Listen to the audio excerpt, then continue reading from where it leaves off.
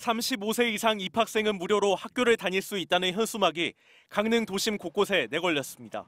이 전문대는 8개 전공에 입학하는 만학도 180명에게 올해 처음으로 등록금 100%를 지원합니다.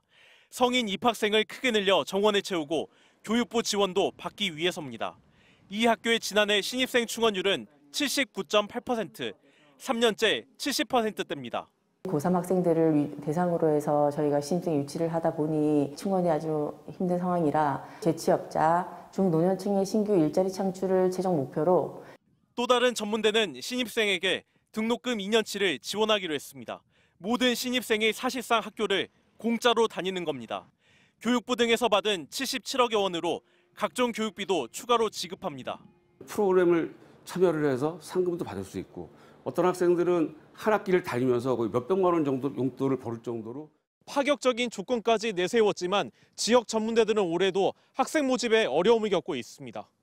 정시 모집을 마친 강원도 내 전문대 대부분에서 경쟁률이 1대1을 간신히 넘거나 미달됐습니다.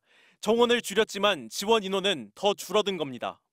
50년 만에 출생아 수가 4분의 1이 됐어요. 근데 아직도 그 100만 명 시대의 학생들을 위해서 만들어 놓은 대학이잖아요. 좀 역량을 좀 더 지역과 함께 만들어가는 게 중요하다고 생각합니다. 지난해 전국의 전문대 입학 정원은 14만 8천여 명으로 11년 만에 7만 2천 명이 줄었습니다. 하지만 신입생은 더 가파르게 줄어 2021년 이후 충원율이 평균 80%대에 머물고 있습니다. MBC 뉴스 이준호입니다.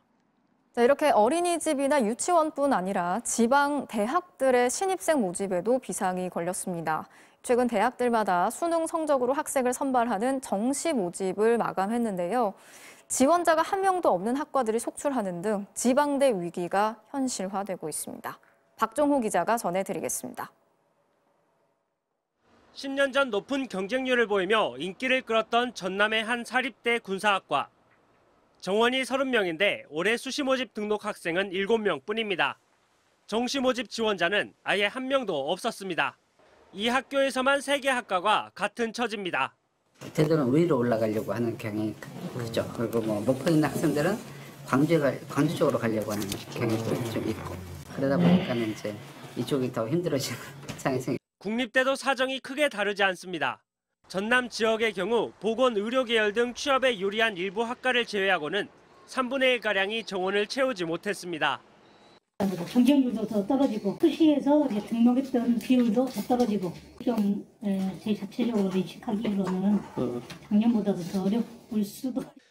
전국적으로 올해 정시 모집 경쟁률이 3대 1에도 못 미쳐 미달 위기에 처한 대학 68곳 가운데 59곳이 비수도권 대학이었습니다. 뭘 해도 안 된다. 인구가 없는 거를 또 누굴 또 탓하기도 그렇고 학교 안에서도 만약 줄인다 해서 그러면은 재정적인 문제는 또 어떻게 할 것인가. 학생 수가 줄다 보니 대학 인근 상가들도 문을 닫는 등 지역 경제까지 타격을 입고 있습니다.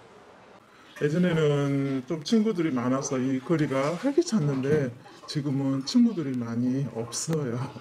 매출은 줄고 또 학생 수도 없고 그래서 좀 막막하죠.